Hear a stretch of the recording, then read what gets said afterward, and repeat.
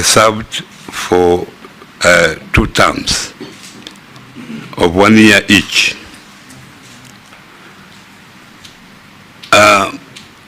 Mr. Speaker, while I was serving as the governor for Kakamega, I also became the chairman of the Lake Region Economic Bloc. Lake Region Economic Bloc comprises 14 counties, the former province of Western and Nyanza, and in addition from the Rift Valley, we had Bomet, Nandi, and Trans Nzoia, making a total of 14. I was the inaugural chair of the Lake Region Economic Bloc, which I served until the time I left when I retired as the governor after my mandatory 2 terms. While I was a minister, I launched the Vision 2030 in the year 2008, and I'm happy that I was the first to establish the current Vision 20 Secretariat. And that time I appointed the first CEO of the Vision 20 Secretariat. As you know, Vision 2030 is a development blueprint for this country and is still in force until 2030. I'm happy that while I was in that ministry, I established a very strong monitoring and evaluation section within the Ministry of Planning. And finally, Mr. Chairman, while in the ministry, I also led the first peer review mechanism to be audited, the country to be audited by the other presidents of Africa. And that review was very successful. Their recommendation actually came to pass. That's what I can say about my experience. Thank you. I'll invite the Deputy Speaker to be the first to ask you a question. Honorable Oparanya, in order for the committee to gauge your suitability, I'll ask you one question about your key achievements as governor, and then ask you to give us your vision of this Ministry of Cooperatives and Micro, Small, Medium Enterprises, and particularly on your experience at Kakamega County. As you know, the Constitution mandates the county governments to oversee trade development and cooperatives, and it's a key factor of devolution. So we would like to know what measures did you take to support that when you are in Kakamega County, and your vision for the new ministry if confirmed. But start with your key achievements as governor. Thank you. Thank you very much for that question. Unfortunately, cooperatives are not well developed in Kakamega County. We had few coffee cooperative and I think dairy cooperatives, and then we had fish cooperative. And the coffee cooperative was not doing well. In fact, it had collapsed. And when I came in as a governor, I found only one staff who was working, who was then working under the Ministry of Agriculture. Only one staff who was in charge of cooperative. So obviously, cooperative being a very important vehicle for economic development, I had to beef up that particular unit. I assigned 2 people to that, to the staff, and made him director of cooperatives at that time.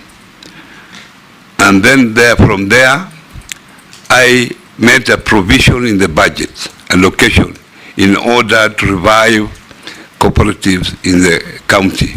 And that time I made a provision of 20 million so that I could support the 3 cooperatives that were there. And after a short time, because I found cooperatives were very important, I made that particular unit to be separate under a chief officer so that we had a proper focus to it. And as I left, there was actually a chief officer who was in charge of cooperatives. But my people had not embraced cooperatives. We could support them, then because of poor management, resources could be misused. So that's the problem that I encountered when in Kakamega County. Thank you. Majority Leader. Thank you, Honorable Speaker. CS nominee, Honorable Wycliffe Oparanya,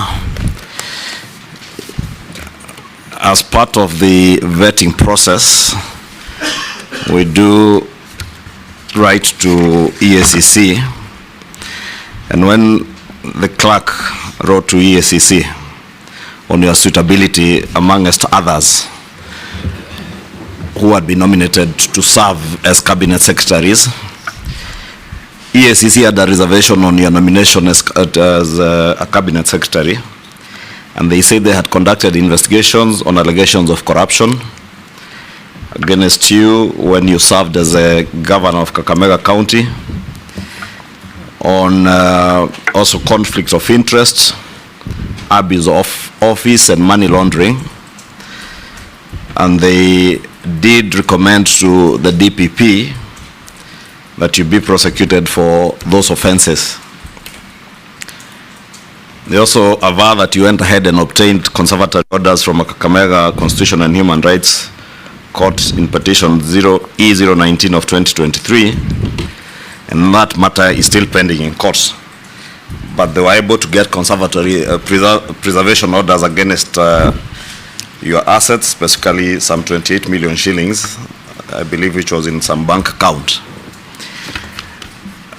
And CS nominee, now you are here before us. I would want you to shed more light on these allegations of corruption, abuse of office, conflicts of interest, and money laundering, because you will agree those are very serious and grave allegations against your person for the time you served as governor of Kakamega County. And now you're being given a bigger job, not in a county, but in the nation. A job that will entail you overseeing not just the cooperative sector, but also the micro, small, medium enterprises development in the country. And this is a position that calls for you to be of impeccable integrity. It's a job that will require you to give Kenyans confidence that they can trust you with their cooperatives' money. I heard you say in Kakamega the cooperative movement is not very strong, but you know the cooperative movement in this country is among the richest and most developed in sub-Saharan Africa.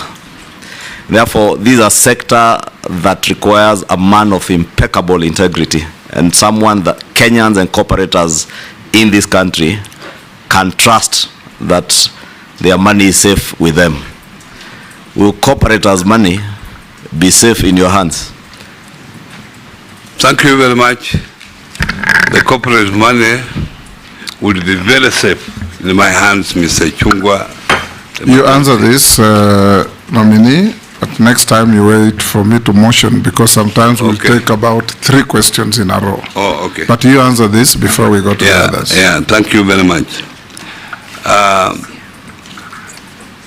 Mr. Speaker, Chairman, the facts are not true. Nobody, and I want to say in front of the cameras, nobody has come to me to write a statement. I I don't know, this prosecution is one-sided. I've never been given a chance to say my story. In August 2023, you remember what was happening. I was very active in demonstrations that time, August 2023. When I was in those demonstrations, I was called by someone to be told, because I was in demonstration, the EACC were looking for me. And I asked that person, what has the EACC to do with the demonstrations? I have served diligently for 10 years.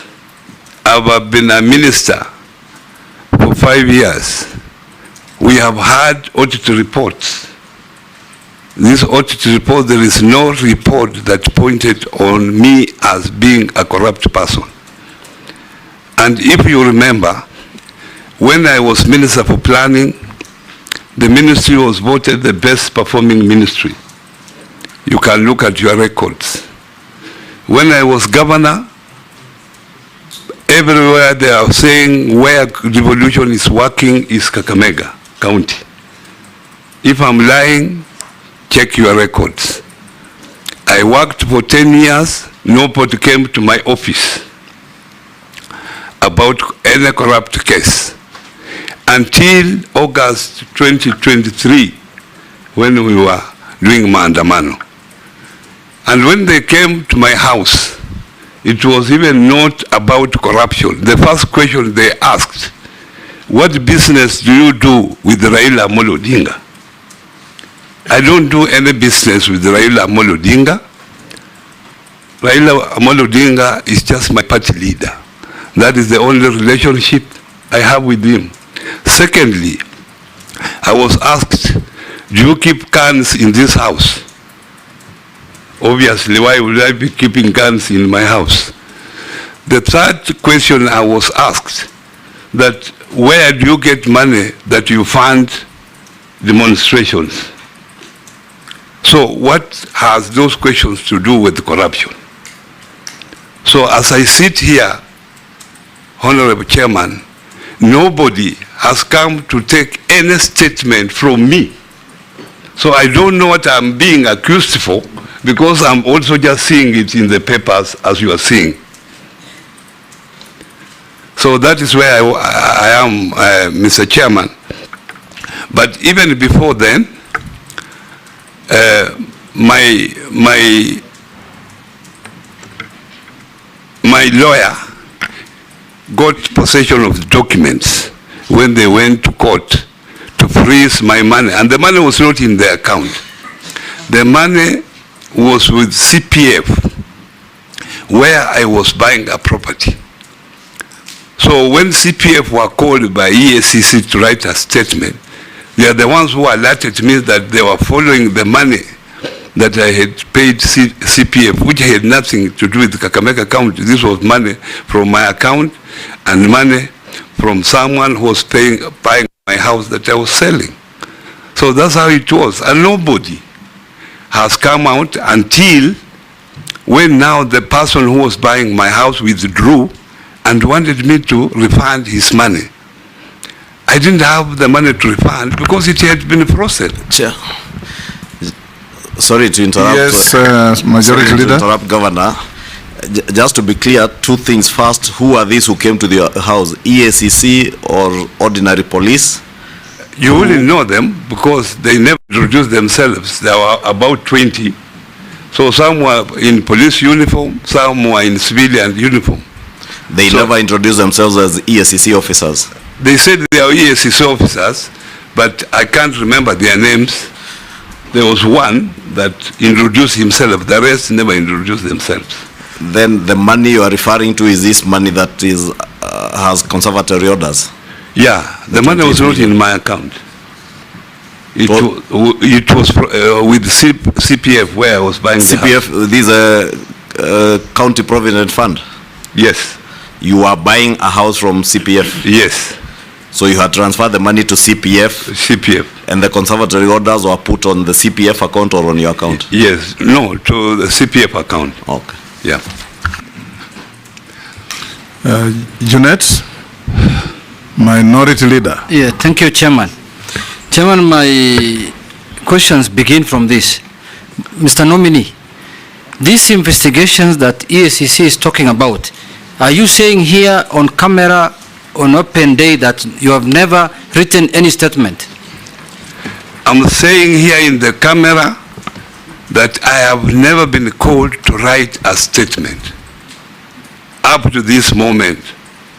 So I don't know even what I'm being accused for, because if I knew, I would have explained. But I just read it in the papers like the way you read it.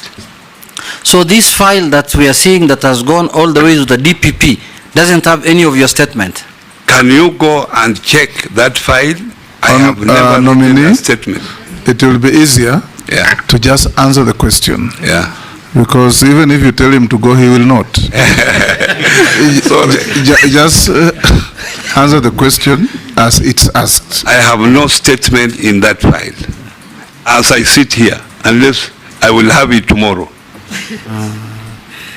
So, these conservatory orders that you applied for in Kakamega, what made you apply for it?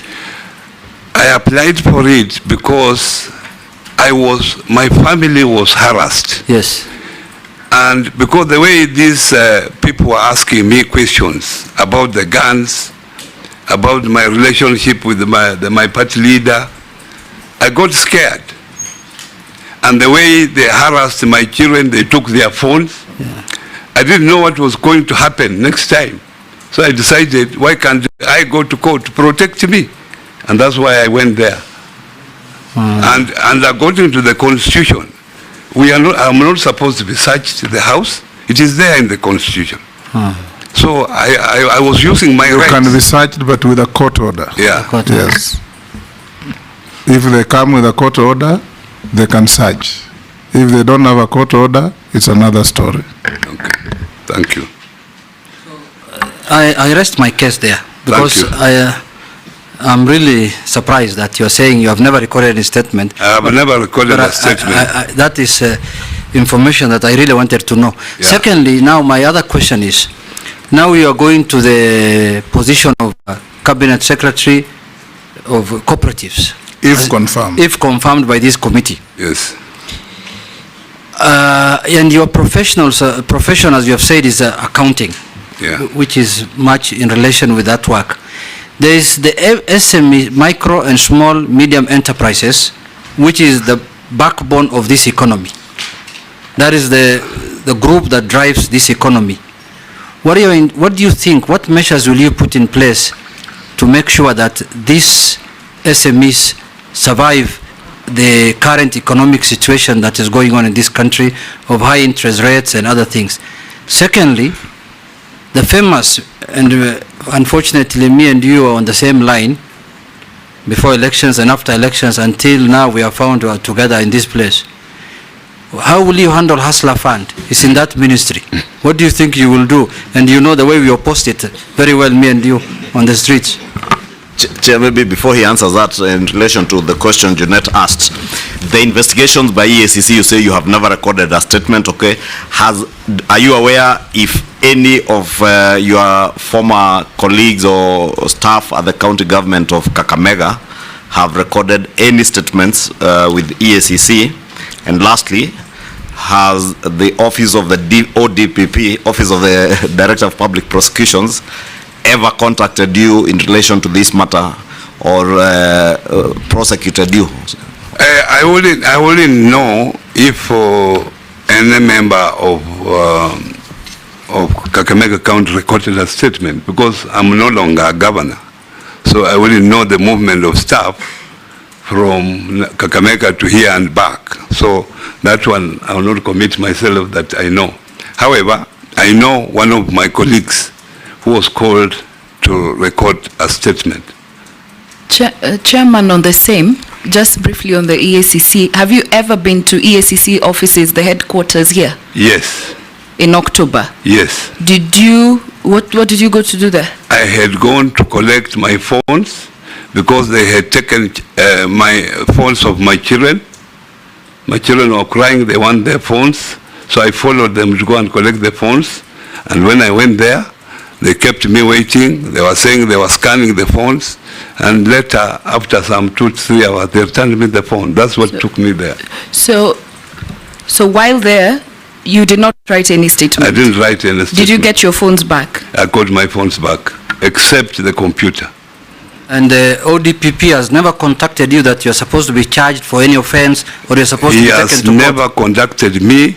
The first time that I was contacted was early this month, around 8th, 9th there, when my lawyer told me that he had received a letter from the DPP that I have no case to answer, according to him. Let's have, yes. Yeah, you talked the Hustler Fund and your previous pronouncements against it. Now that you are going to be the line minister, I think that's what you have been asked. I know I was among the people who are opposed about the Hustler Fund. And I had not known the facts about the Hustler Fund until now. I've been briefed about the Hustler Fund. I think this fund, if well managed, is a fund that will take our people from poverty. The only problem through my briefing, the only problem is that this fund was launched in a hurry without proper legal structures in place. And in the process, the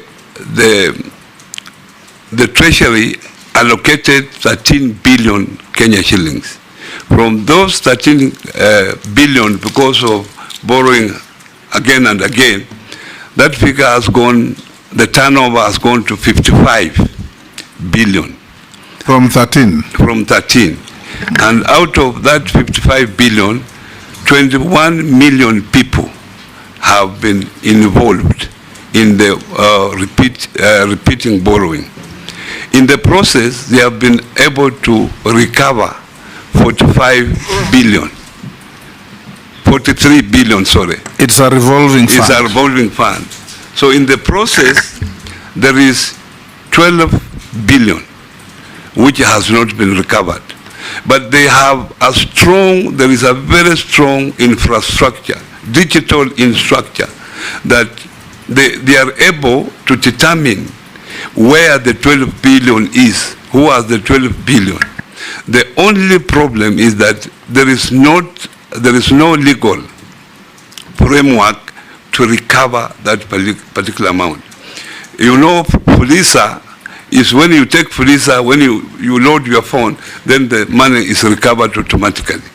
But the digital infrastructure they have does not do that. It waits until the 2 weeks.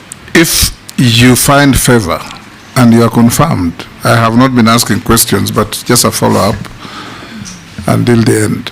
If you are confirmed to take up this docket, what will you do then to have a better system to manage this fund and avoid leakages and losses?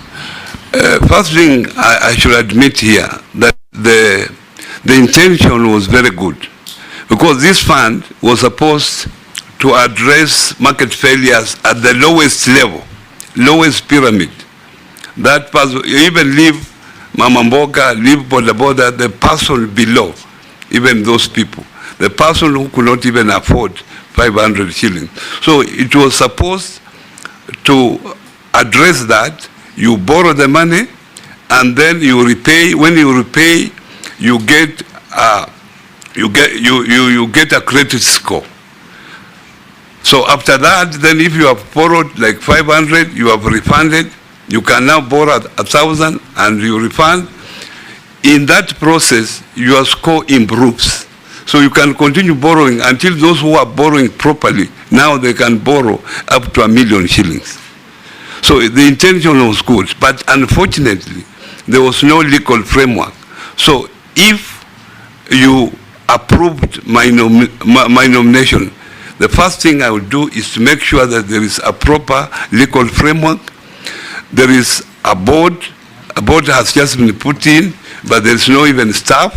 So to ensure that there is staff that will manage this particular fund properly, because this fund, the goodness is that when you borrow, 30% of the money you borrow goes to savings.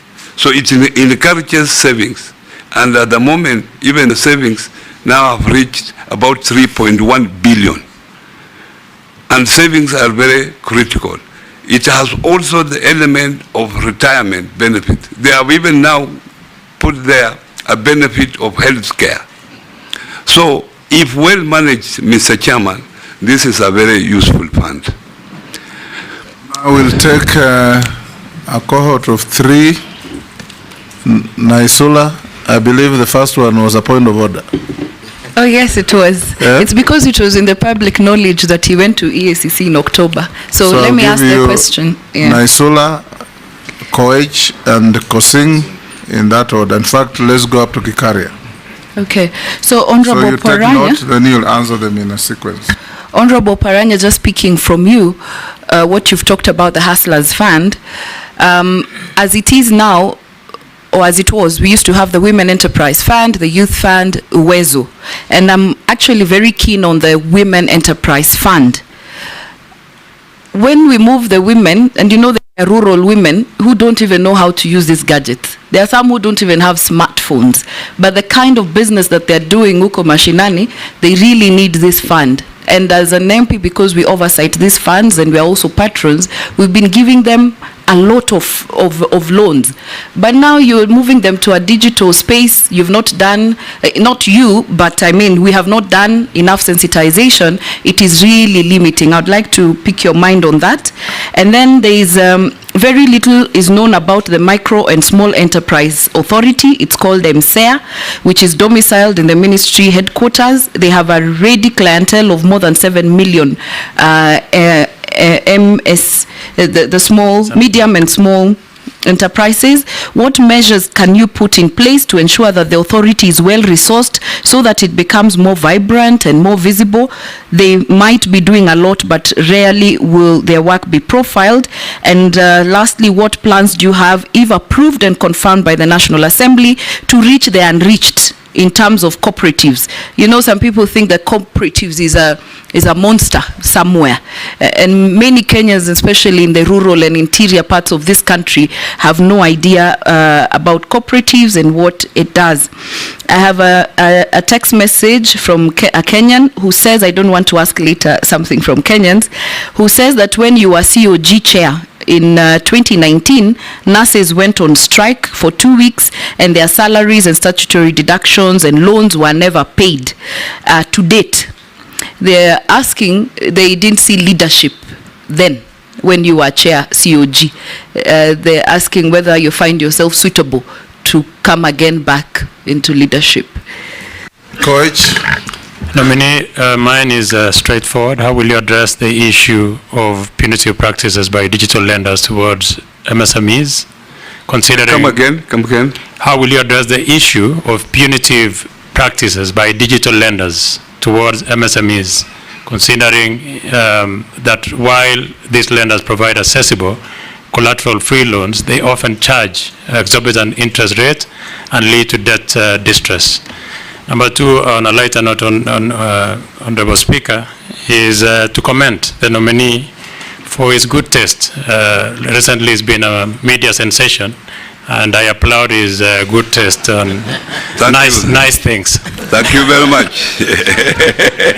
Thank you. You don't have to answer that.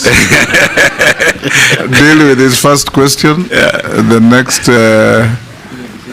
member, Posing. Thank you, Mr. Speaker. Honorable Goy should have elaborated what are good things or nice things. Honorable Chair, Speaker, to the nominee, these cooperatives is a very good idea. Of course, it started a long time ago. But these cooperatives are only centered around metropolis or towns or Nairobi, and maybe to few products like milk, little bit milk, but mainly coffee, you know. And the bulk of the population, Honorable Speaker, is in the rural. 70%, 80% of this country is rural. So, Honorable Oparanya, should we get the favor of Parliament, how will these cooperatives, you know, reach our people now where the population is? And number two, and lastly, Hustler Fund. Don't you think, Honorable Oparanya, through the Speaker, is good time to evaluate the distribution of this Hustler Fund, whether they can be linked to M-Pesa services or bank services, so that then when people borrow, it is easier to follow and be able to recover. Thank you, Chair. Gikaria. Honorable Gikaria. Thank you, Chairman. To the nominee, the constituency industrial development centers. These were key elements that were going to boost productivity and employment. A better business environment and enhance enterprise skills. Given the budget constraints that have hindered the implementation, what measures will you take to ensure that the ICDCs effectively create employment opportunities and support the SMSCs in the constituencies? Thank you, Mr. Chairman. Nominee, you can answer those. Thank you very much, Mr. Chairman, Speaker of the National Assembly.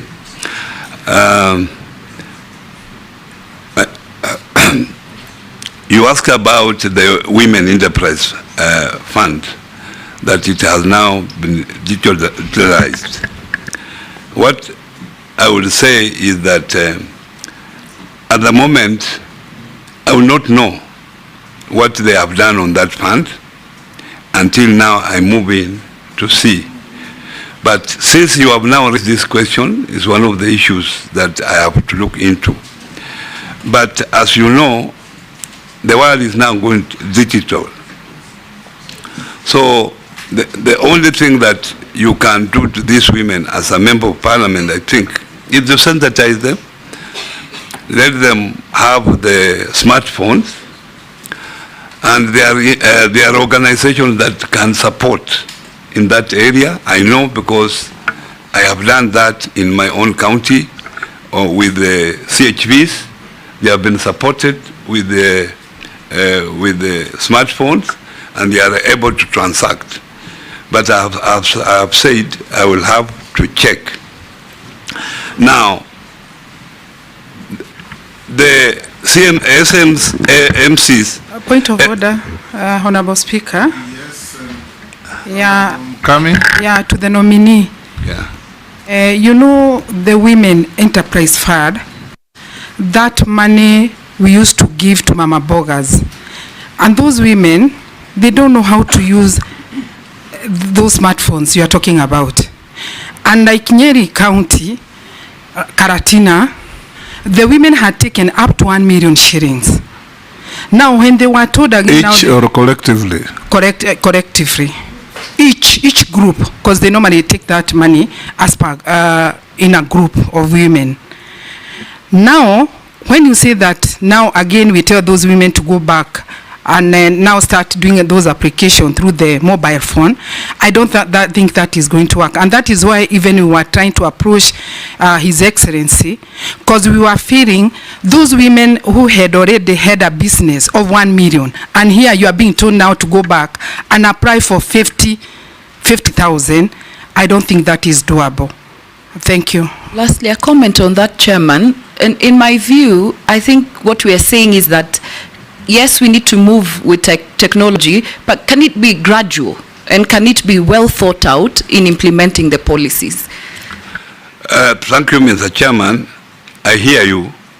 And not everything is cast in stone. You have raised this issue, and if I go to the ministry, I'm going to take it up seriously. You don't need the president to be involved in such an issue. I think I can deal with it appropriately, because the president has more pressing issues than talking about women. Phones. Talking about women phones. Honorable Speaker, let him apologize. Women are the pillars of this country. No, I've said. He's answering an isolated question. He's not talking order. He's not talking about women generally. I have answered specific to your question. The president should not be talking about phones. To protect the nominee. Yeah. He had not finished what he was saying. He just said women, and because I'm close to him, he said women and their phones. Yeah, yes. I was Rahab, Chairman. Don't be oversensitive. Chairman, I wanted to tell Rahab that we should leave the president to more pressing issues that affect the country. These issues of women with the phones, this one I can deal with them if you give me a chance. Yeah, why are you nominating me if I cannot deal with such issues? I can deal with it effectively. To the next. Yeah. Yes, Junet. Yeah, I agree with him, but is the nominee insinuating that the gender docket also can be added to here, or what? That is with a light touch. Go on, answer the other questions. Now, the SMEs authority, there is an authority act. And as I have said earlier, these SMEs were scattered in various ministries. You could find some intervention in the Ministry of Youth, some intervention in the Ministry of Trade and Industrialization, some intervention in the Ministry of Water, etc. This is the first time that the President has thought it wise to put them into one ministry. And because now they are in one ministry, the authority is now going to effectively to deal with them. And these are self-financing institutions. They finance themselves. Mr. Speaker, what the ministry does is to provide, to make sure that they are formalized, they are properly registered. The ministry helps them to register or to formalize themselves from informal to formal. And then to ensure that they get licenses, to train them so that there is financial literacy, they know how to handle finances, but we do not allocate money for them because they are supposed to get money from financial institutions or from the funds that are created, Weso Fund, Women Fund, or the Hustler Fund. In terms of cooperatives, cooperatives is one of the oldest institutions in this country. Cooperatives in this country started in 1908. It started in Lumbwa there, and it was a dairy cooperative which came up to be the present KCC. So cooperatives are also self-financing. They raise money by themselves. What we do, what the ministry does, is to make sure that cooperatives operate transparently, they are accountable to the members, so the ministry oversees them to make sure that those mandates they are formed for are being achieved. That's what it does. We also help them to access cheap funds, either from these other funds that are there, like the Hustler Fund. We help them also provide OTC services, but they have had a problem, management problem, and that's why most of them have collapsed. At the moment, we have 30,000 registered cooperatives, but only out of that 30,000, only 10,000 are active. And at the moment, Mr. Chairman, to show that this particular sector is very important for this country, they have those 30,000 that are there registered, they have an asset base of 1.7 billion Kenya shillings, which is nearly a half of the Kenyan budget. And from there, from that amount, they have been able to lend out to members 1.1 billion. And from that money, they have been able to save 1 billion, which is 30% of the total things in this country. So this movement of cooperatives is very important, and I will encourage members of parliament who are here that this is a time, if you give me a chance to serve in this ministry, I must involve you so that we are able to register more people in the cooperative, because this is the only way that will save this country. And that's why now cooperatives have become a pillar for micro and small enterprises. The cooperative is the base, and the SMEs are the pillar, because the SMEs are able to borrow from cooperatives for their either if they are person for their personal development or for the development of the SME in question. Issues of punitive lenders as raised by Honorable Koech, this is known, it is there, and this is one of the factors that have made most of the cooperative collapse, because they access very expensive loans. They are not able to service those loans. Majority of them have collapsed because of the loans and because of course, mismanagement.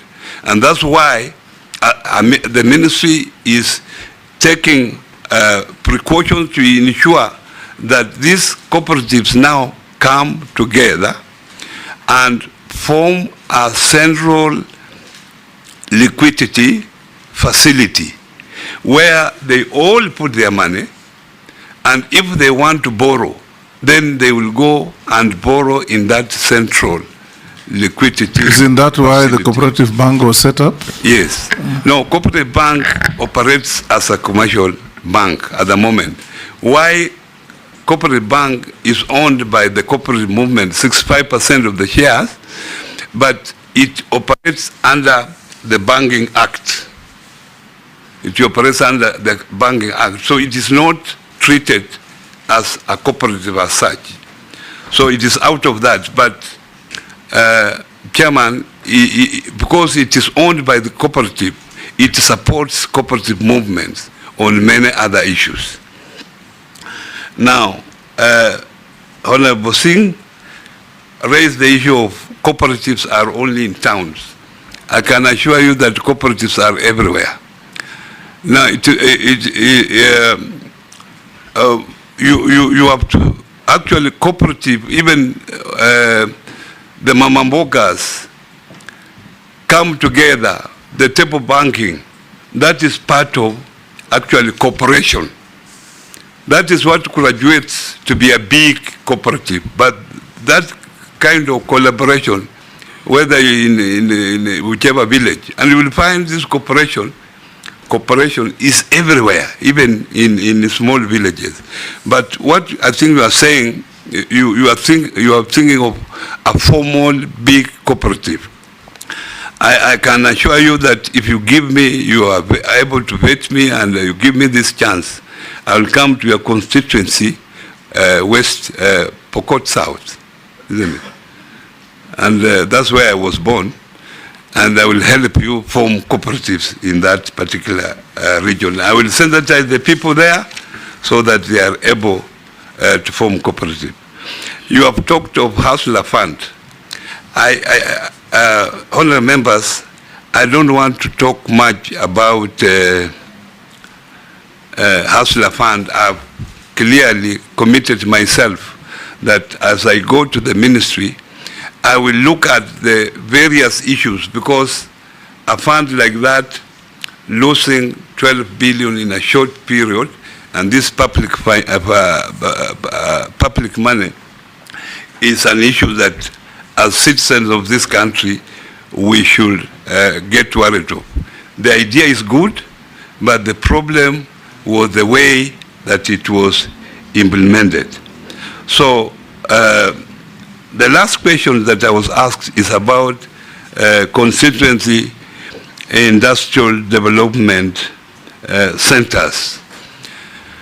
At the moment, I think there was an attempt to have all these industrial centers in every constituency. At the moment, there are about 200 of them that are completed. These centers were meant to accommodate these small businesses, small and medium businesses, so that shared facilities are put in those centers. And people are, the Chuakalis are able to come there and use these common facilities. Because buying sometimes equipment for use, individual, SME, is expensive. And that's why those industrial centers were built, that equipment could be put there, and the SMEs around will come there and share those particular equipment, which was a very good idea. And this started a long time ago, Mr. Chairman, when I was still Member of Parliament for Butere constituency, and unfortunately, even up to now, some of them has not been operationalized. And if this was used, obviously, this will create a lot of employment. If the government is able to give equipment and the people can come there and share this particular equipment. That was the essence of constituency industrial development centers. The COG question. The COG that people worked for 3 months, was that in my county or that was countrywide? Because what I know, I cannot say what was happening in other counties. Because health is devolved, the nurses work for a particular county. Within my own county, the nurses that time, they went on strike.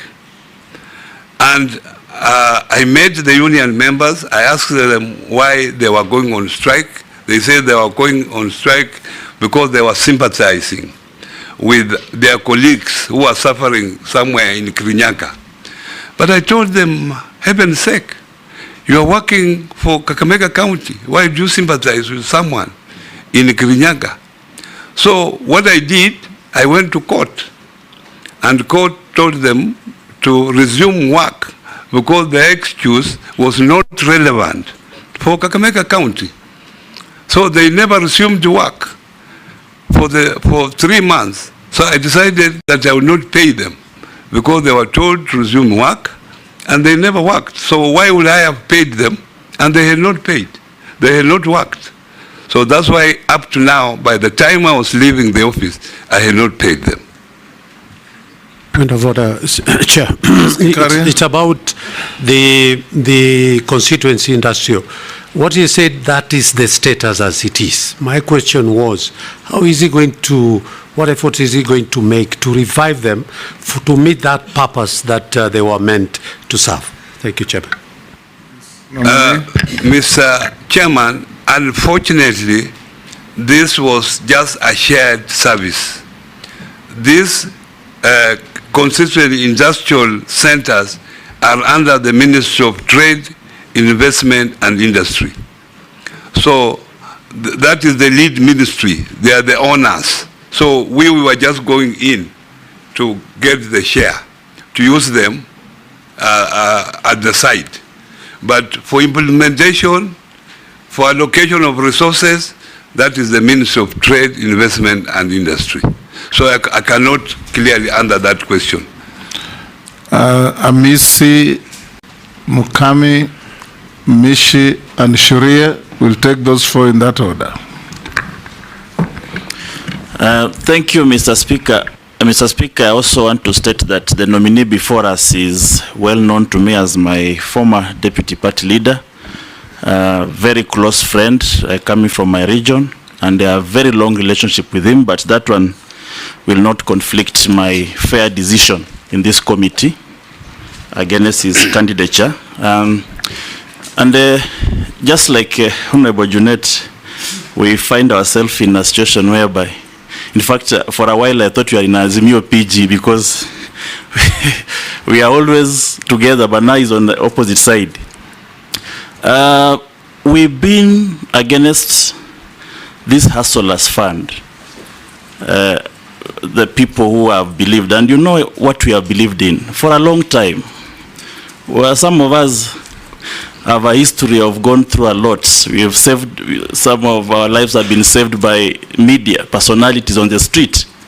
So we believed so inherently in values and some principles that pertains governance of our country, resource, and also the offices that we occupy.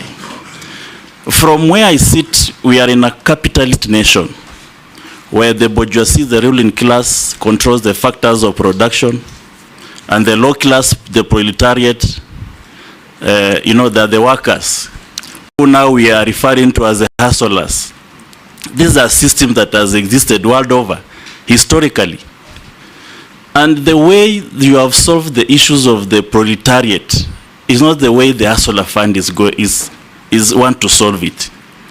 Because we are solving the issue of proletariat by developing what is called social assistance to those who are unable to live the rest of the class. So that the bourgeoisie controls the economy, but the social class that is below, that is struggling, is done social assistance. You are making a speech. Ask a question. It's a very pertinent area because it affects the majority of the Kenyans. So I want people to understand it, yeah? So I will think that the hustler fund can be transmitted into a social assistant rather than be used to in terms of micro and small enterprise. Because when you come together as cooperatives, you are trying to come to the same level as bourgeoisies. You are combining forces. So is this some of the areas you think that when you get to the office, you are able to change? In some cases, you may not agree with the boss. And when you don't agree with the boss in that aspect of the things that we believed in as on our side as Azimio, that this needs to change. If you change, I think the system do not want to change. How will you survive in such a circumstances? Thank you. Rahab. Thank you, Honorable Speaker. To the nominee, my concern is the coffee sheriff fund. The government has allocated about 6.7 billion to support the coffee farmers.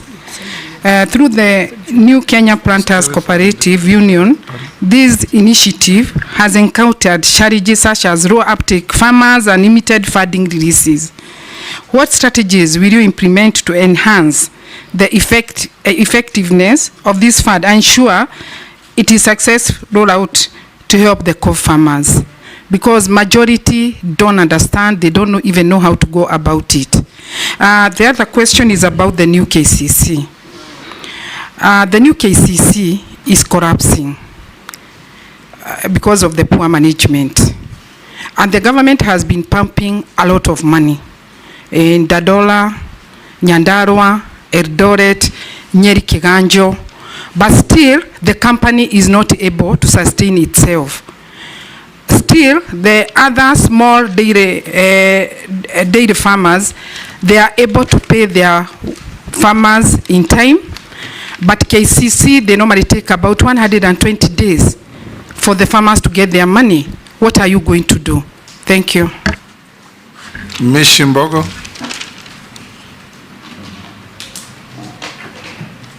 Thank you, Honorable Chairman.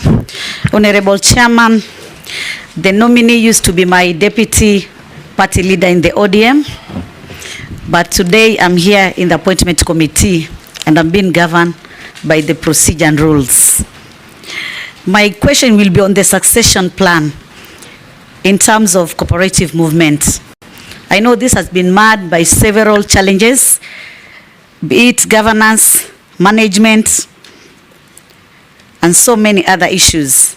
I don't know what will be your plan to ensure at least succession plan can be smoothly noting that you are sharing function between two levels of government, that is the county and the national government. My second question, Chairman, there have been some fraudulent financial organization coming up, like the pyramid, in different ways. And Kenyans are lured, they give a lot of money to deposit, thinking that they are going, they call so many words. Either they say you put a seed, then you'll harvest, I don't know what, in so many ways.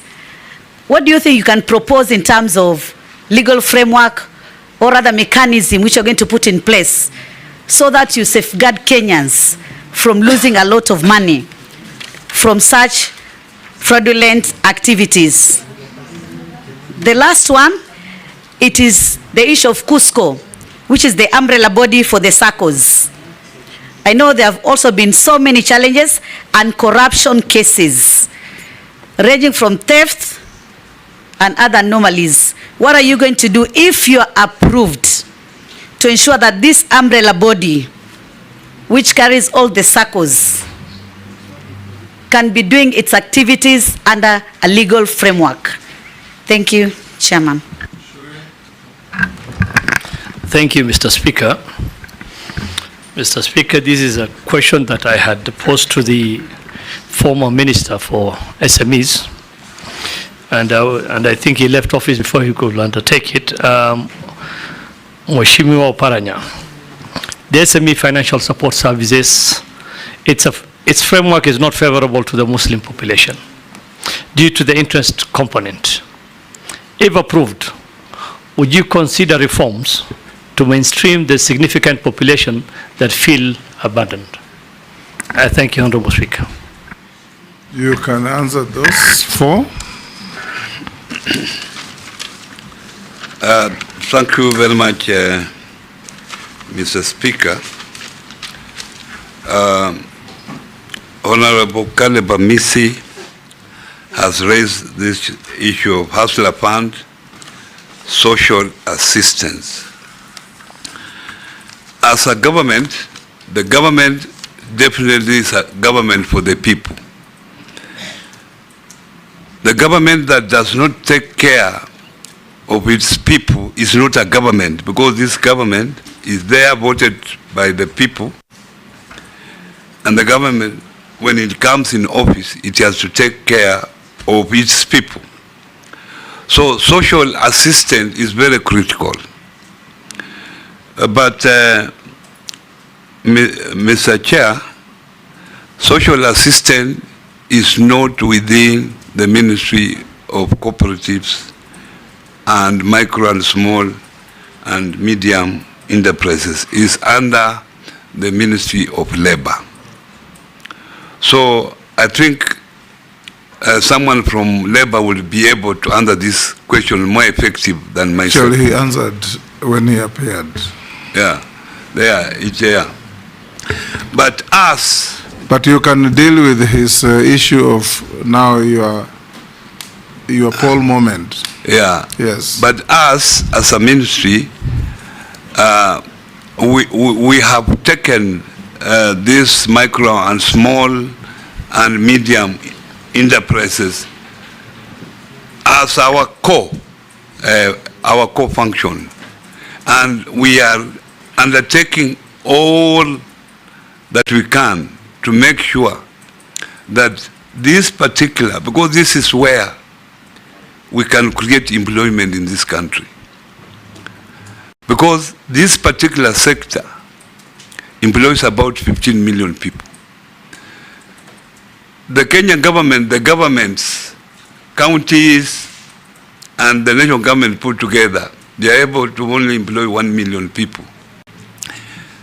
And there can never be an increase, more increase in that. So where our opportunity lies, it is in these micro and small enterprises. And that's why it has become a pillar under the national government. And I think, to me, the president made a very deliberate decision to make sure that SMEs becomes one of the pillars for the economic transformation of this country.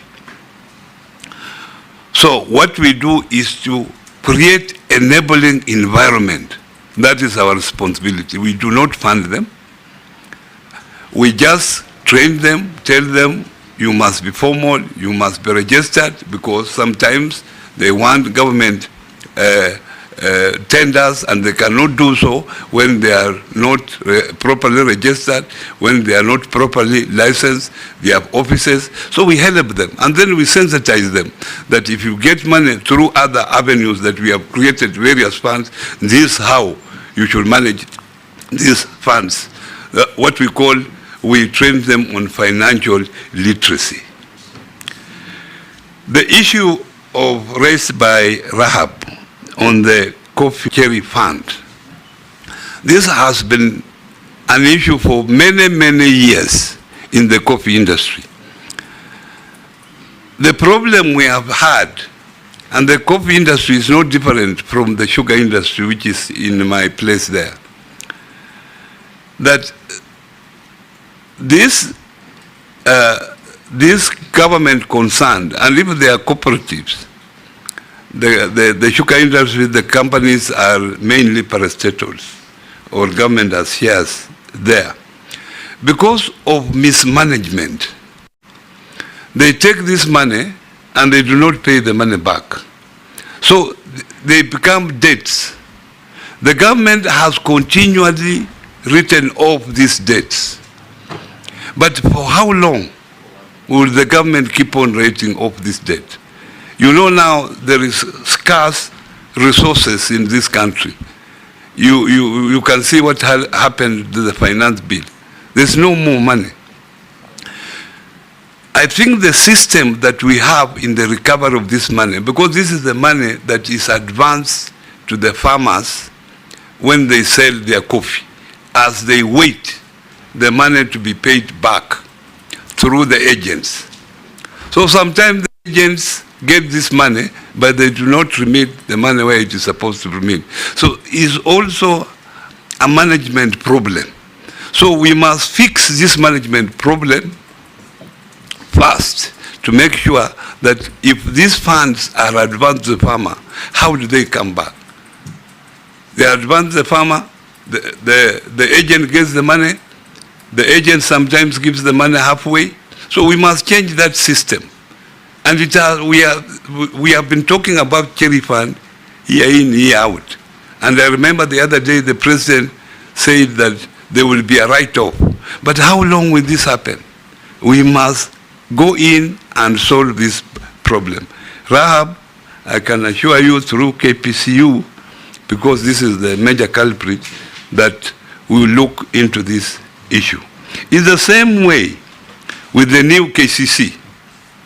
KCC was a very vibrant institution, a vibrant dairy cooperative. But now it is collapsing. It collapsed first time. They changed the name from KCC to new KCC. Government has pumped in money. The other day they were given 600 million. It is again collapsing. Now maybe we will change another name, new KCC. So this is a problem that we are having in cooperatives, and one of the issue is management. Management is a problem in cooperatives, but I would expect KCC, being a big company, it will have a proper structure that will be able to detect early enough any mismanagement in their financial system. They have not been paying farmers, but when I was nominated, I've actually been sending feelers, and I can tell you that farmers now have been paid up to June of this month. They only are owed dues in the month of July. The succession plan in cooperative as raised by Honorable Mishimbogo is critical. As a ministry, we must come out with a criteria of how the officials of cooperatives should, one, be elected, those who are on the committee, and even the appointment.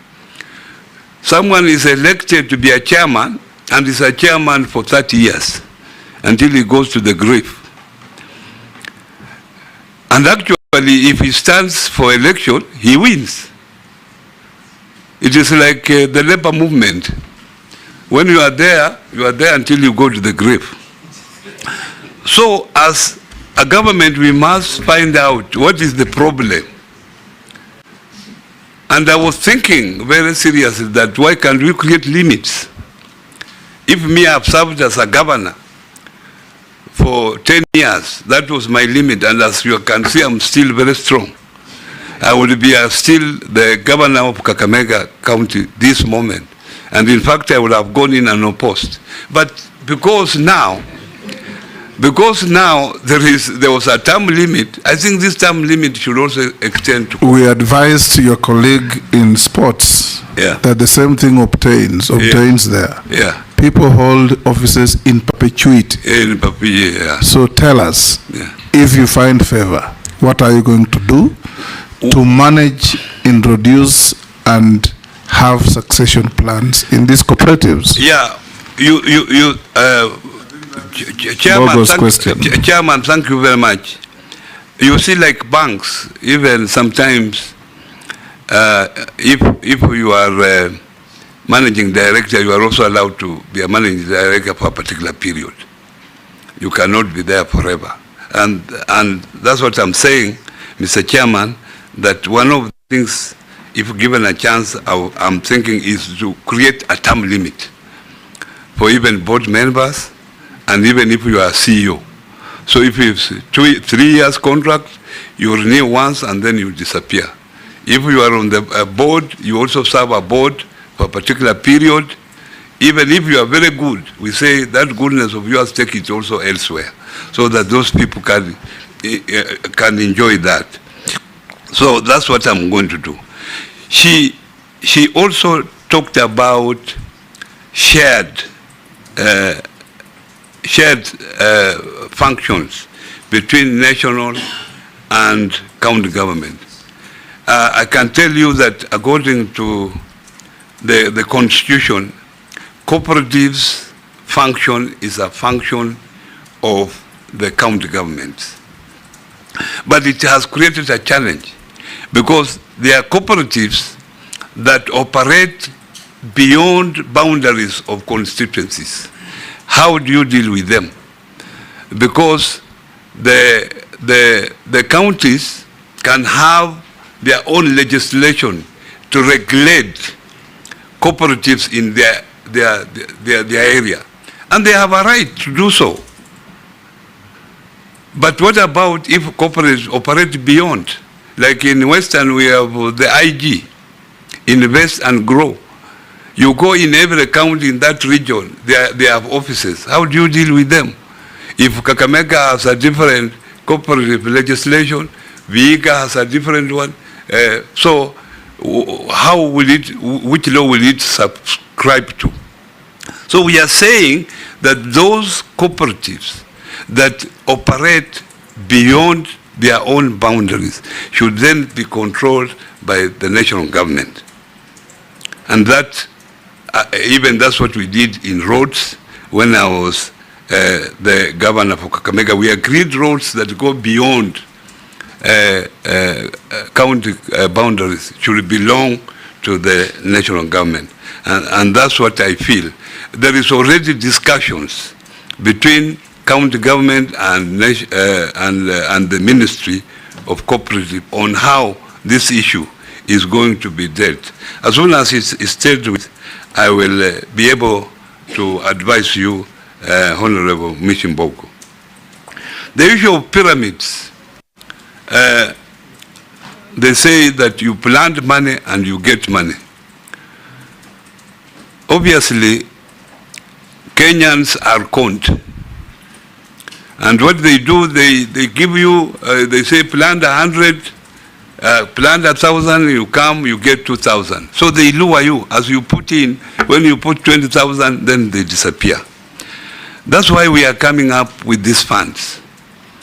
and sensitize people that before you borrow any money from someone, or someone says he has a pyramid sort of thing, please check with the officers there that is such an institution registered.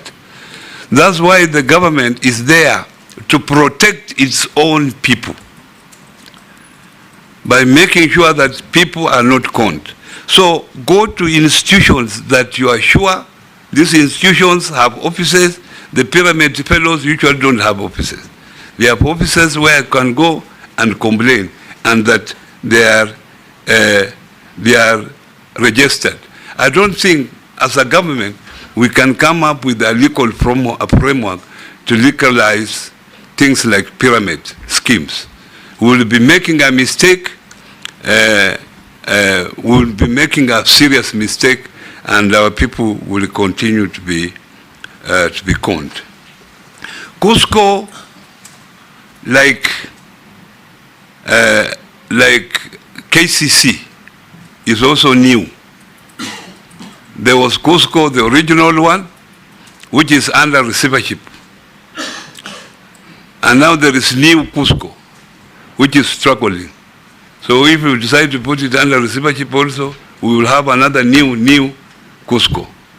We cannot continue like this, because Cusco is an umbrella body of all cooperatives. All cooperatives have put there all the money. But as I talk to you, Honorable Speaker, Cusco has lost about 10 billion of public money because of corrupt practices. And as a government, we must come in strongly that those people who embezzled funds from Cusco are dealt with, because these people are known. The board was suspended, and we cannot just sit back because people have lost employment.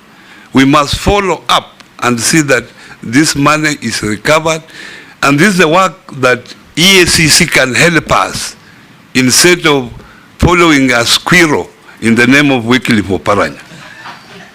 This is the elephant in the house where 10 billion has been lost, and they can't go for this because they want publicity that now this is the big fish. But where the money has gone, the small fish are there. And there has also been a struggle where the board of Cusco wanted to be registered as a private company, so that they also escape. Now they come out of government control. We are saying this cannot happen until this money, which has been stolen from the people, is accounted for. That is what happened with KFA. You remember KFA was a giant company in Nakuru when it was under cooperative movement. It went under private company. As a private company, it was now changed from cooperative to private company. Now it has become a very small. It became KGGCU. Yeah. So this is the escape. Disappeared. They use this as an escape, actually, to embezzle money. But now Cusco, new Cusco, we are going to make sure. This is when I'm given a chance. This is my first assignment, to see that I focus, because this is a very important organization. But as a ministry, we are proposing that because people have lost their money, we want to introduce also deposit protection fund, like the way it is in banks, or deposit guarantee fund, so that when institutions actually collapse, and it is confirmed that they collapse properly, then members of that particular institution have at least something to fall to. How does an institution collapse properly? Yeah? How does an institution collapse properly? Because maybe it has taken an overdraft, and because of other issues that come up, because also an institution can, because of changing environment, you know, the institution that if a business environment changes, they do not change quickly. So they are caught up because they are stuck to the old ways of doing things. And it collapses. That's what I'm saying, that it has collapsed, but in the right way, because the management looked innocent. There were changes in the environment, but they never changed. But we are now going to come up with a proper framework to see that the members' money is not lost in cooperatives. And then the last one, this is an issue that even one or two people who met me in the street asked me about the same question. And I'm happy that the Member of Parliament have asked this. And when I was getting, I was being briefed about Hustler Fund. I said that we must also have a product that will be in line with the Sharia laws. There must be a product. We want every Kenyan to feel that this country is theirs. So don't worry, we shall come up with the products that will favor the Muslim community. If I don't do it, please, I've committed myself in front of you that that is now my assignment. Yes, now let's have Honorable Raso, Mule, Robert, and Owen, in that order. Thank you very much. One question each. Thank you very much, Honorable Speaker. Yeah, I think I'll just raise one question. Honorable Oparanya, you are the Minister for Planning in the Kibaki administration, and you basically authored Vision 2030, which actually today is a blueprint and is the roadmap for development for Kenya. I don't think there is another more serious document that has come about. Governing is a social contract. And when you talk about MSCs,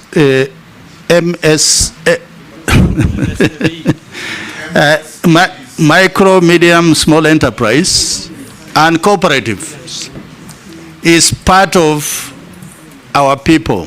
It is that development which you in Kakamega, or that governor in Marsabit, or that governor in Wasungishu looks at, because it is about the people. Now, if we put the two together, Vision 2030, and the job, if Parliament approves your nomination, what do we see the link between the two? Thank you, Honorable Speaker. Thank you, Honorable Speaker. I want to pose a question to the nominee with the great experience he has in the government since Kibaki time, and as my colleague said, the author of Vision 2030. Do you think it will be viable to continue having separate funds to help the youth, the women in Kenya, whereby they are domiciled in different ministries and management? For example, we have Wewezo Fund, domicile at youth, Women Fund at gender, Youth Fund at youth ministry, then ASLA at cooperative. Is it, from your experience, is it viable? And if it's not viable, will you be suggesting to the to the government of the day and the executive whether we can pool these all these funds to one basket, whereby proper management, proper resource, and proper distribution of these funds to Kenyans to help the economy grow? I just want to hear your thoughts on that, because we must do things differently. Robert? Yeah, thank you, Mr. Speaker. Now, cooperative societies are riddled in debt all over. I'll give you an example of when I was elected in Kadhiani. The coffee factories there, the coffee cooperative societies were all in debt and all kept coming to us to try and help them to raise money. I would like you to maybe explain to us how they get into debt, so deeply in debt, and how you as government can be able to help them. But Mr. Speaker, you know, interesting times listening to my leader from Azimio defend the Hustler Fund, which we were very seriously opposing.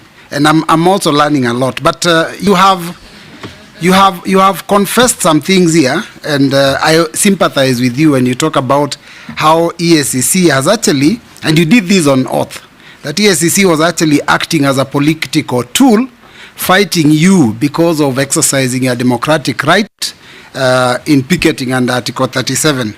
Now, if we are approved, then you will be sitting in cabinet, and you know there is that thing we call collective responsibility. So you'll be part of government.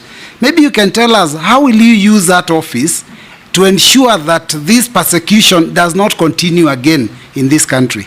Thank you, Mr. Speaker. Yes, Speaker. I would like to direct this question to the nominee. You know, there was during President Kibaki's time, there was this famous saying, "What gets measured gets done," and it spoke into the realm of performance management. And I think you were there, the Honorable Speaker was there, and this country's growth during that time was measured on, was actually pedestaled on performance management, which was translated into performance contracts. And we realized that we could actually measure the growth of the country day by day, because every institution in this country, every ministry had the responsibility to measure performance and therefore deliver on certain deliverables. It was also pegged on Vision 2030, which you've been credited to be the author and also the person who ensured that Vision 2030 was implemented. In the last 10 years, we never saw the previous regimes talk about performance management and how to manage performance going forward. As you come into cabinet with this, if approved by this committee, of course, with this knowledge, with this vision, with this experience, how are you going to bring back the good old things that were really helping in the growth of this country, noting that President Kibaki's time, Kenya really had great performance, and your knowledge on it, your experience, now that we are bringing you in, the new people that are there, how are you going to help cabinet approve performance management, which I think is the best tool to measure performance? How are you going to help this country in that realm? I thank you. Nominee, deal with those four.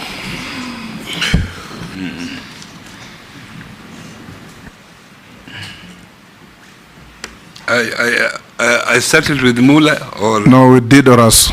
The social contract cooperative link between the two. Can you repeat that question? I think I missed something out of it. Thank you very much, Honorable Speaker. What I said is that when you talk about SMEs and you talk about cooperatives, it is about our people. Although we can run away, it is what you call the bottom up, because that is the economy at Mashinani there. Vision 2030, which you authored and which you presented to Kenyans, is the roadmap to development that we are using until today.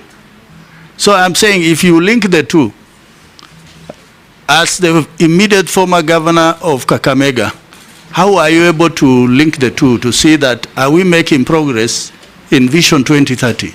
Yeah, thank you very much for that question. I think now I have understood, Mr. Chairman.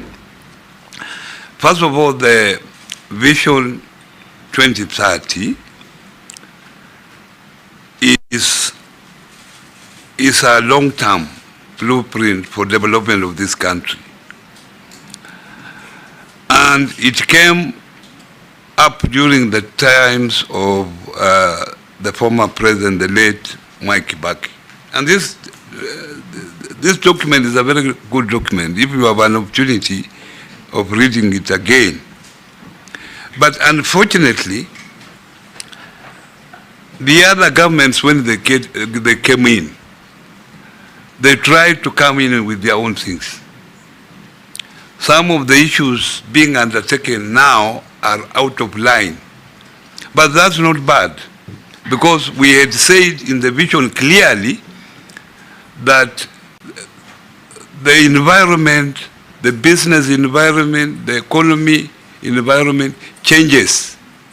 So you are also supposed to come up with those changes to address changes in the planning, to address those particular changes that have happened. And that's why I'm saying that when we came up with Vision 2030, cooperative services were put under financial services in the Vision 2030. If you go to the page of financial services, cooperatives are there. By that time they were planning, cooperatives were not given emphasis, unfortunately. They were put there, and if you read them, you read that it's just a paragraph, which was unfortunate. Forgetting that cooperatives are the engine of development for this country. So the link between the two is that cooperatives were recognized, but unfortunately they were not given emphasis. We are now saying that this time, for us to grow the SMEs, we must grow cooperatives. That is critical. And the fact that SMEs have been taken as a pillar, one of the 5 pillars that the transformation of the economy of this country has to be undertaken through SMEs. The question of Honorable Mule, that there are various funds, UEFA Fund, Women Fund, Youth Fund, Hustler Fund.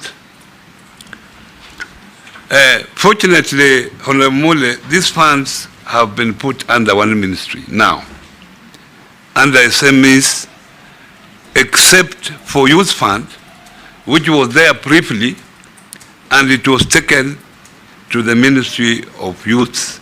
And I think that was a mistake.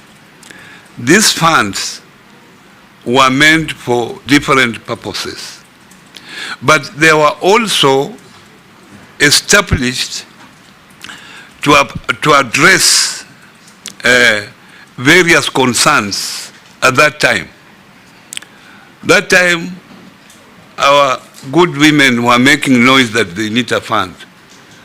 So whoever was in power that time responded by creating a women fund. The same for youth. And the UEFA Fund is the very basic one. In fact, UEFA Fund can easily be amalgamated with the Hustler Fund. But the only difference is that the UEFA Fund is at the constituency level. So now, if you started now amalgamating it with the Hustler Fund, which is sort of on a digital platform at the national level, then it becomes a problem. But for easy management and proper focus, I will agree with you that these funds be brought together. And let us have departments within those units. And those departments are given a budget. This is 200 million. Make sure that they go to the women. This is a particular, this is 1 billion. Let it go to the youth. This is a particular, this amount is for people living with disabilities. Let it go to that. That will also reduce the cost of running these funds. So we have one board, one management. That is the best way. But sometimes to do this is a political decision to be made. And that is maybe a decision that you can leave it to the president to make. Because when the youth fund was put under SMEs, quickly, I think the Minister of Youth complained, and then because of the political play that time, it was moved out of it. The question raised by Robert, MP for Katiani,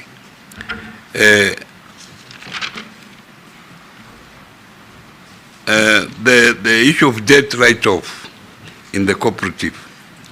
As I've told you, cooperatives are self-financing.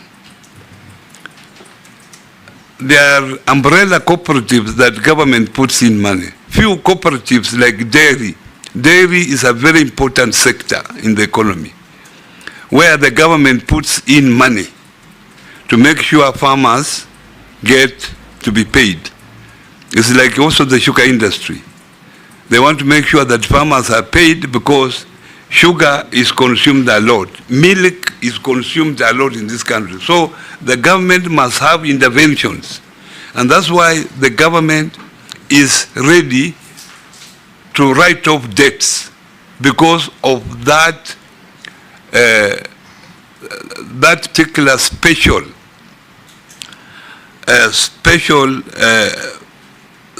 priority of that particular commodity to the people of Kenya. But I've said clearly that how long will this go on with the austeric measures that are there? Shall we keep on the government writing off debts? What I'm saying here that, and what I am committing myself, is that we must confront this problem and say, why do we have problems in cooperatives? And the major reason we have problems in cooperatives is actually management, nothing else. So if we can sort out management issues, then this problem will not be there. This issue of EACC, it is unfortunate that such institutions are used. It's unfortunate, and I remember the president committing himself that such an institution will never be used. He might not be the one, but it might be people around him. He might not know. But it is unfortunate because in the process they lose focus. The elephant is in the house. They are going for a squirrel. That is very unfortunate.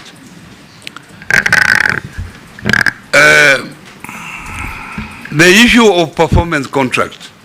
I'm happy that, Mr. Chairman, I started performance contracting when I was Minister for Planning, and it worked very well. It was one of the Vision 2030 tech that we have performance contracting. And we wanted this performance contracting to all government institutions, to central government ministries, to parastatal, to agencies, to sagas, so that what you do can be measured. There are targets. Are you able to meet targets? People now sit in the office. Institutions are making losses, but they still continue to be in office. I'm hopeful that as I come to the office, if you approve it, I'll talk to my colleague Mbadi, who has now taken over the Minister of National Treasury. He has not.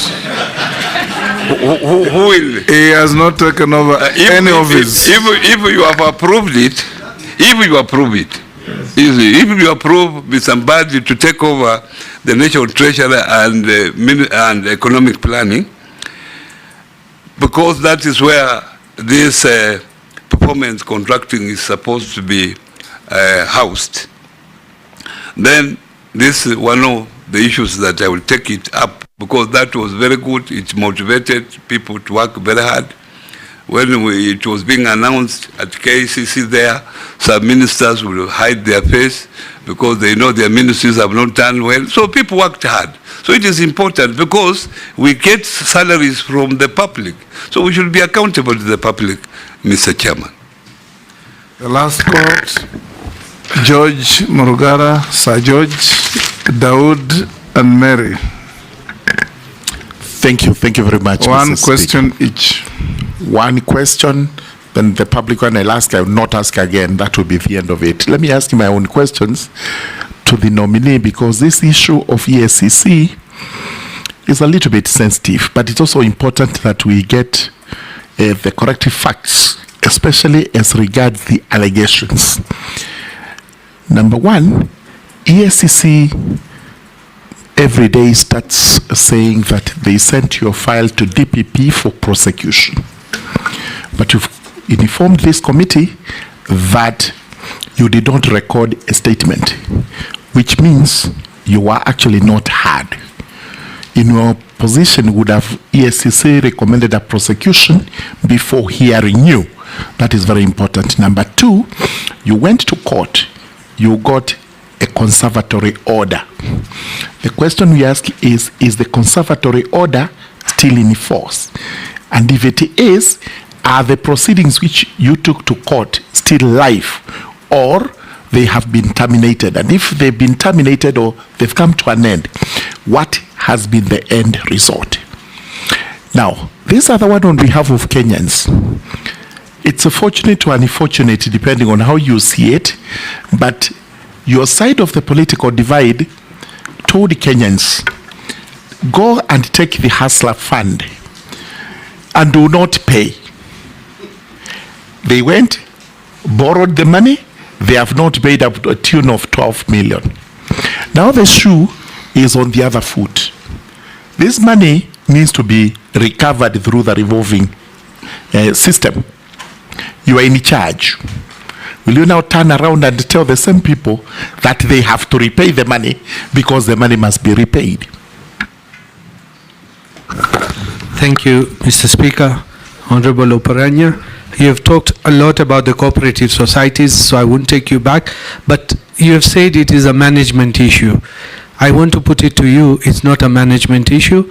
The issue is, if you do get appointed, it's the Commissioner of Cooperatives, together with his officers on the ground, who abate corruption, because my people have lost 2 buildings in Meru because of no elections are done for the cooperative societies. But it's a problem within the cooperative officials.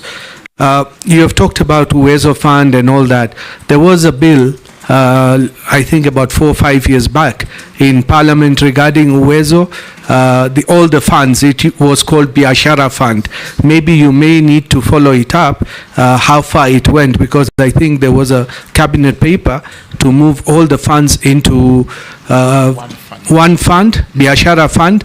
By the way, Uwezo Fund in my constituency is doing the best in the country. From 16 million, I have disbursed 61 million.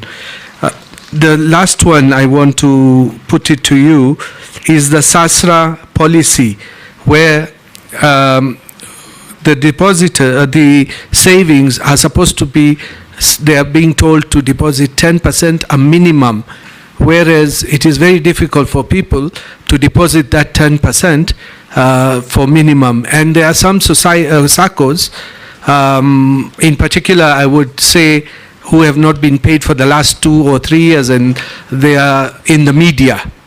KTN and Standard, it's been on media as well.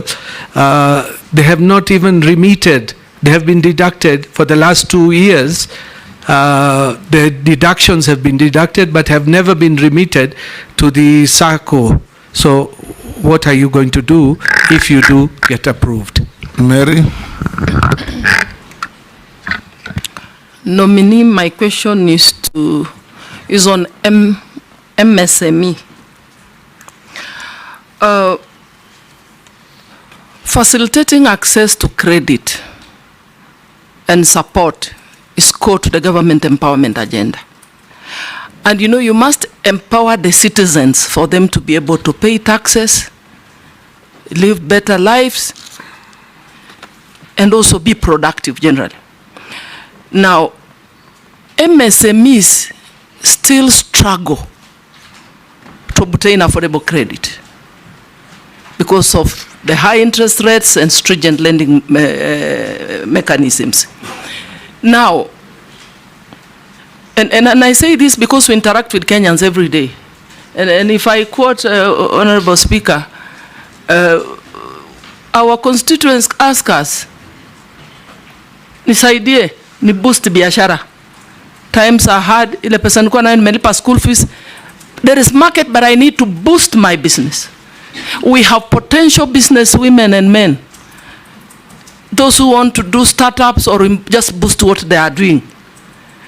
But they don't have the money, they come to us, and that's why you've noticed most members of parliament have been organizing harambes just before the ban, so that we put together our business people and we do a fundraising for them to get money to boost their enterprises.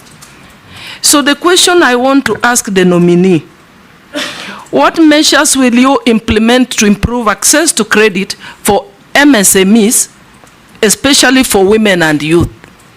We have all these interventions, the Hustler Fund, the Women Enterprise, Uwezo. But it seems, again, this zeroes down to communication. There is, many Kenyans still do not know the existence of these interventions and how they can access these funds.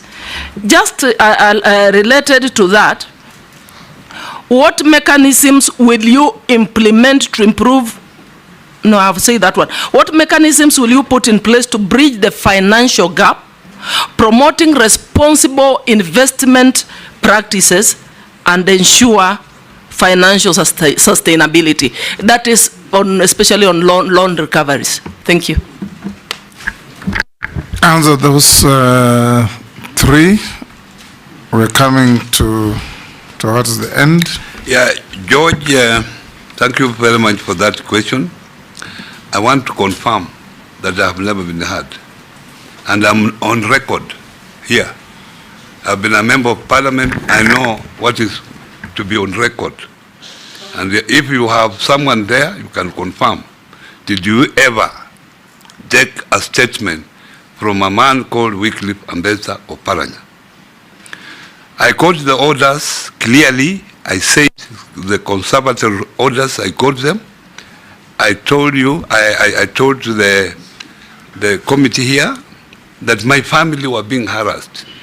I was being called that your life is in danger. As a human being, you have to go to for protection. I could not go to report to the police station because the police were against me. I would not know. If I saw the police attacking you, how do you go to the same police to record a statement? So I decided another independent body can maybe listen to me for protection. And that's why I go into court, that I'm being harassed. Please, can these people be stopped? And I get compensation for this, and you determine if the case has not been determined. And I'm ready here to say in front of the cameras and in front of you, Mr. Chairman, that if I'm found guilty that I stole money from Kakamega County, I'm ready to resign if you give me this position.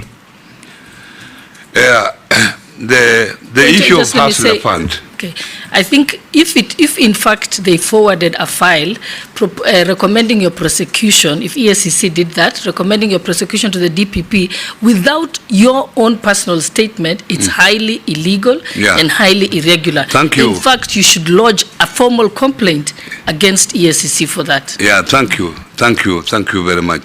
You know, these institutions are there for some purpose. And if you met me in private, I will let you know.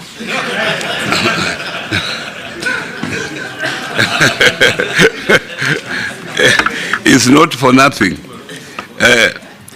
Now, the issue of Hustler Fund, I clearly said that I was talking from an ignorant point of view. I've now come in and I've seen the intention of this fund was good. But the only problem was the implementation. So I was out there, I could not get the records. Yes. No, I want to inform the nominee that it is for a fact, and it is in public domain, that the Hustler Fund has failed. What are you going to do about it? I have said clearly that the intention was good, Mr. Chairman. But the fact that it was implemented in hurry without proper structures.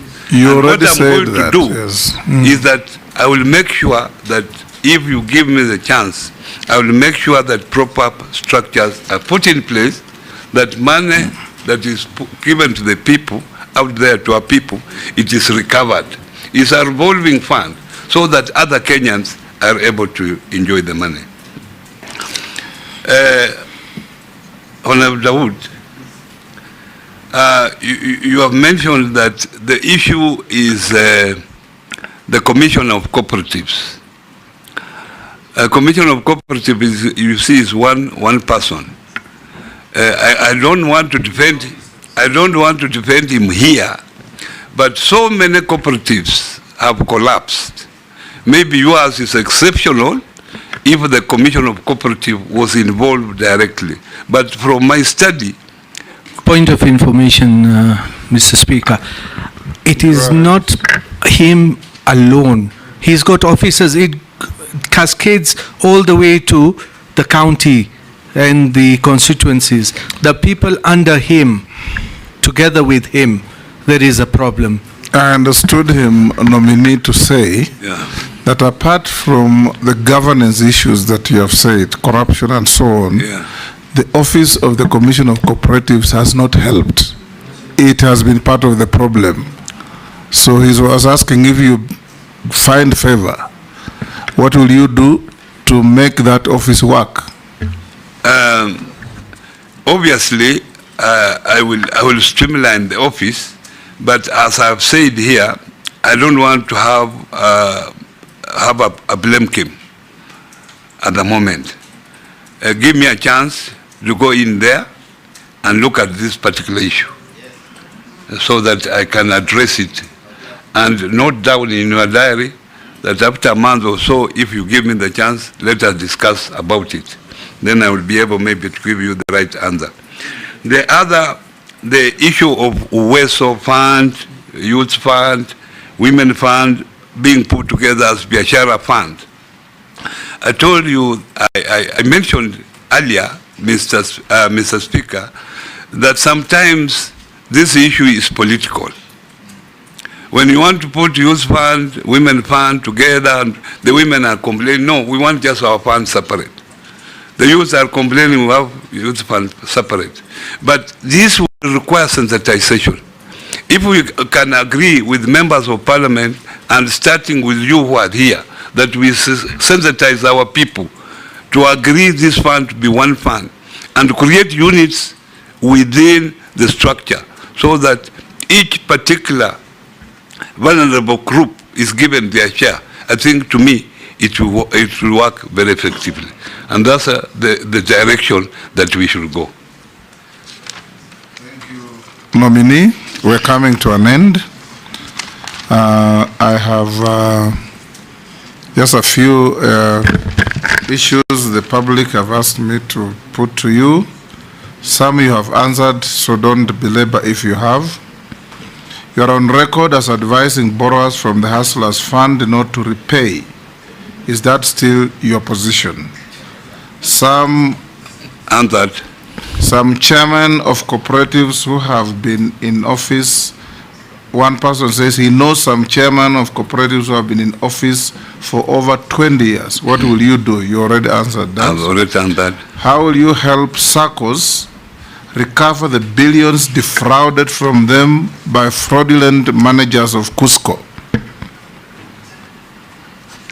Then another one says, you are on record as saying nurses watagoma siku chache, wapate njaa, warudi kazi. Lakini the doctors have adequate money, they can sustain strikes. And the citizen says, with that kind of mentality, how will you deal with MSMEs comprising small-scale traders? I think most of them have answered, except the nurses, doctors. Yes. And the nurses, doctors, Mr. Chairman, when I made that remark, you were there. You were there, and actually it was out of context because of the facts then. It was just a comparison that doctors have a chance even if they go on strike, to go and work in private hospital and get their money. So if they are striking, they can sustain a strike for a long time, while nurses don't have that chance. That's why I was saying that nurses, they cannot sustain a strike because they have no alternative, while doctors have alternative. That's how it was, and you can protect me because you are there when I was talking. I can assure the Kenyan who asked the question that I was there. Yes, yeah. Lastly, Honorable... Mr. Speaker, before you go there. Yes. Nominee, I doubt whether you'll be able to answer, but it's information from the public. They are saying, please ask the nominee about Metropolitan National Circle. That is collapsing with millions of shillings for hard-working teachers in Kenya.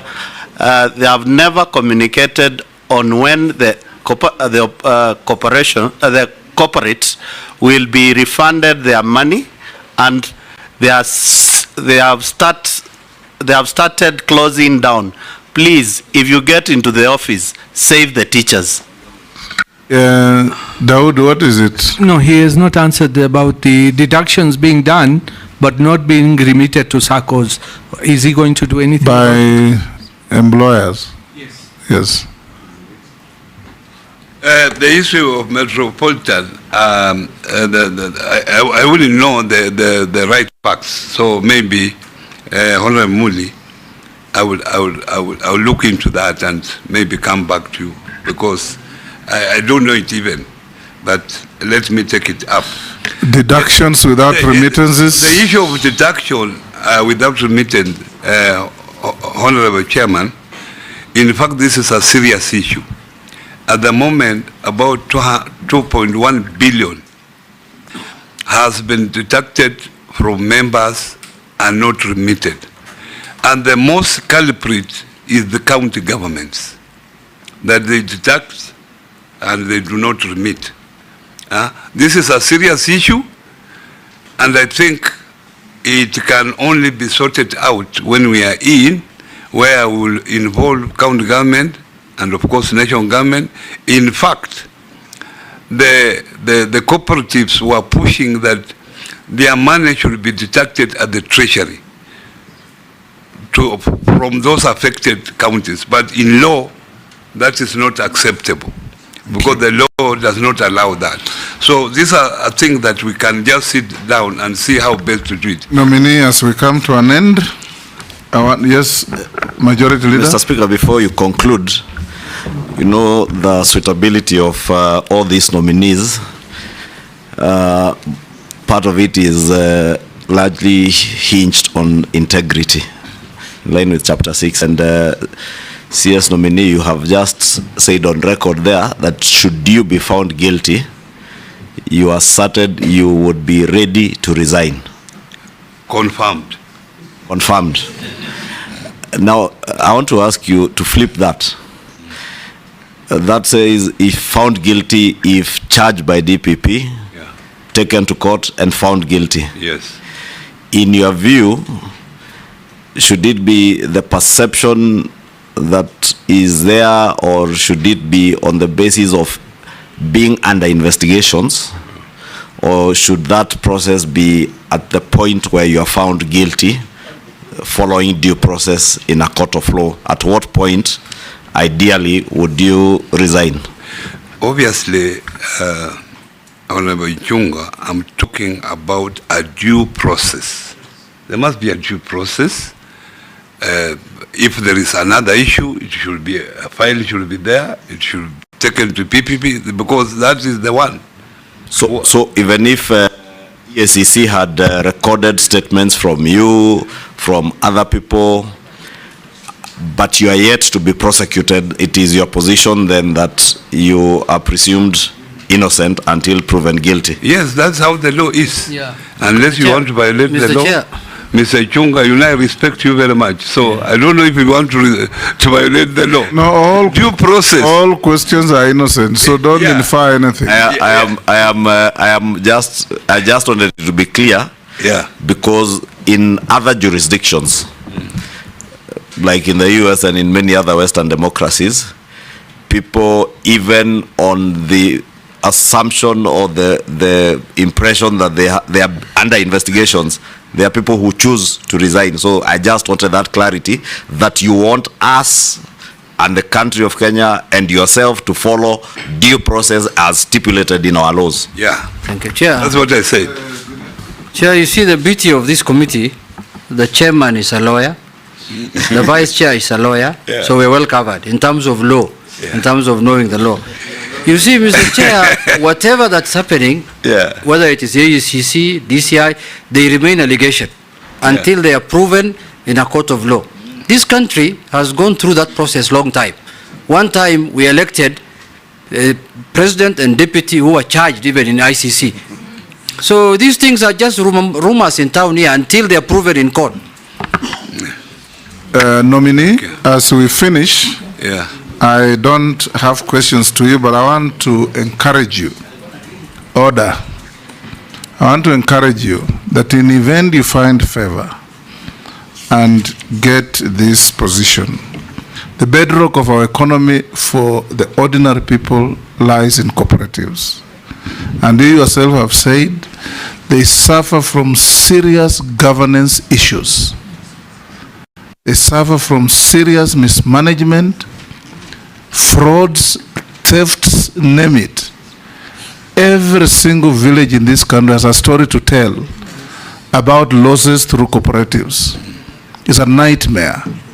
We hope and believe that in case you take this office, you'll do something different. Because since independence, we have had ministers in charge of cooperatives. And these piles and piles of theft and fraud have been going on. So we hope that you may find favor. If you do things differently.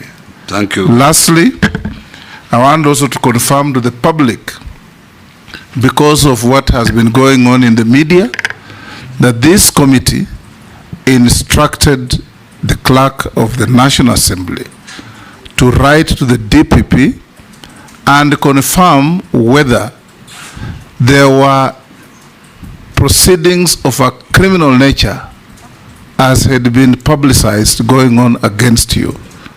I want to tell the public that the DPP wrote back to the clerk of the National Assembly and said there are no investigations or proceedings of a criminal nature going on against you.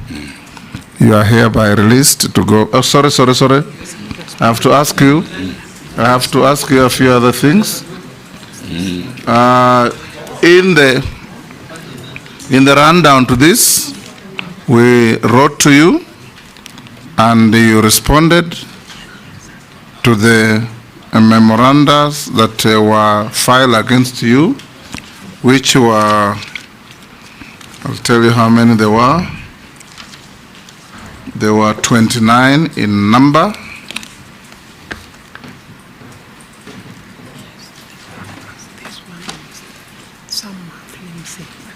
I'm being shown something, but you have answered it already about MSMEs. Yeah. Lastly, I'll ask you these mundane questions. Have you ever been adversely mentioned in any integrity-related report or investigations? No. Do you hold any leadership position in any political party? No, I held a position, Honorable Chairman, but I resigned on Friday last week. And I think there is a letter in my file to that effect. What is your net worth in terms of wealth? About 600 million. 600 million made out of? Mainly is buildings and houses that I reside in. We'll leave it there. We wish you well. And you are hereby released to go back to your other duties. Thank you very much. You will collect your original documents. We have checked and found them in order. Sergeant, you can pass on the documents to the nominee and escort him out of this chamber. Thank you very much, Chairman, for the opportunity. Thank you.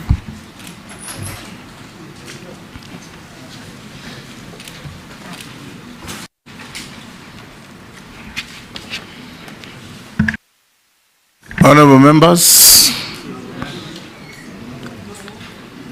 we'll break for lunch. I don't know if it's late lunch or early dinner. And resume